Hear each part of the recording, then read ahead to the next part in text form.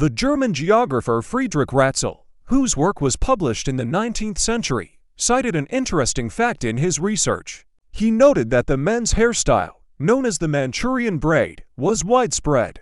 She even met in India. This element of appearance has become one of the defining markers identifying the inhabitants of China. Growing a long braid was not just a choice for men, but a strict prescription. Once upon a time, the territory that now bears the name of Manchuria was a mosaic of small possessions. They sometimes converged into a short-lived union, then scattered again, like dust in the wind.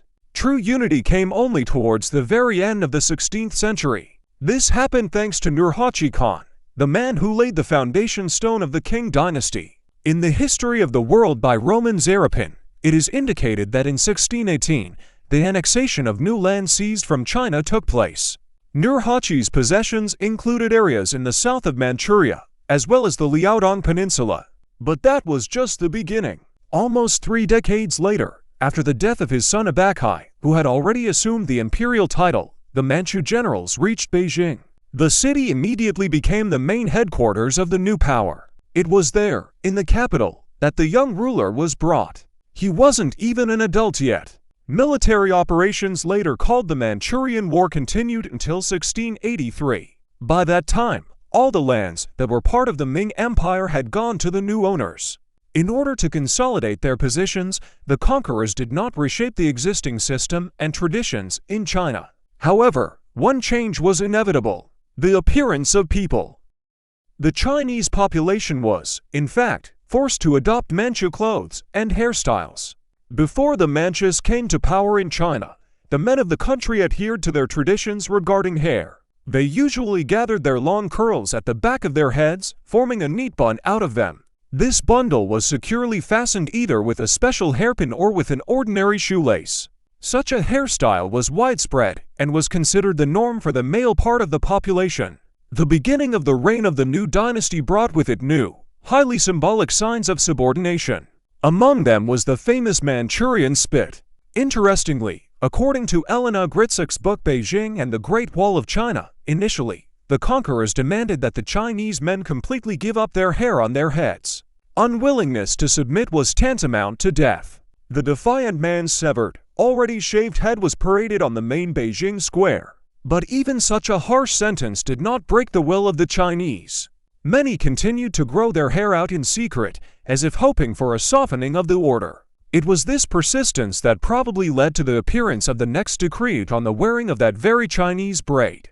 Apparently, the number of those who opposed the Manchu order turned out to be too large. Therefore, as Hritzak notes, representatives of the Qing Dynasty relaxed their requirement. They were allowed to shave so that only a small island remained on top of the head for braiding. However, the very fact of non-fulfillment of the decree was still severely punished. It was especially difficult for older men who naturally lost their hair. To save their lives, the aging Chinese used a trick: they bought ready-made braids in shops. The Manchurian scythe has become a symbol of the Chinese people. However, it was not an original manifestation of traditional culture, but rather a sign of submission to king rule. For this reason, many Chinese people secretly hated this hairstyle. This was clearly manifested during the Xinhai Revolution of 1911 to 1912. Then the power of the Qing Dynasty was undermined to the ground. This situation was caused by Russia's occupation of Manchuria, as well as the conditions of the Portsmouth Peace after the clash of the Russian and Japanese empires and the subjugation of Korea by 1910. The Chinese were very afraid that a similar fate might befall their native country. These worries ignited the Wuhan Uprising, which sparked a coup in the empire and led to the collapse of the Qing Dynasty. Victor Yusuf, in his work The Last Emperor of China, Pu Yi notes, "The rebels cut off the hated braids, trying to symbolically reject centuries of Manchurian oppression and erase the traces of shameful humiliations from foreign conquerors." This uprising gave rise to a series of legends and beliefs where the Sith appears as the embodiment of blind obedience to foreigners. One tale tells of a mountaineer who wore a Sith not for the sake of fashion or custom, but to conceal a dagger under it to protect himself from dashing people. Another story tells of a wise woman who defied the establishment, cut off her hair and dressed in men's clothes in order to continue the path of her revolutionary husband. These legends reflect the ambiguity of the Sith. For some it was violence, for others it was a cunning disguise or an illusion of freedom in a harsh world. The Xinhai Revolution not only overthrew the dynasty, but also brought about radical changes in everyday life. Men were in a hurry to get rid of their braids, seeing in each strand a symbol of submission and the decline of the empire. However, not everyone followed this path. Some cut their hair under duress, others out of fear of the new rulers. There was a legend among the rebels about the mystical king of braids, a wealthy merchant who allegedly paid in gold for openly wearing a braid, thereby protesting against the revolutionaries. Such tales emphasize that the coup affected not only politics, but also cultural foundations, where the Sith was a metaphor for the confrontation between the old and new worlds. In the end, this modest toilet element was transformed into a symbol of struggle, reflecting the hidden fears and aspirations of Chinese society on the threshold of the Republican era.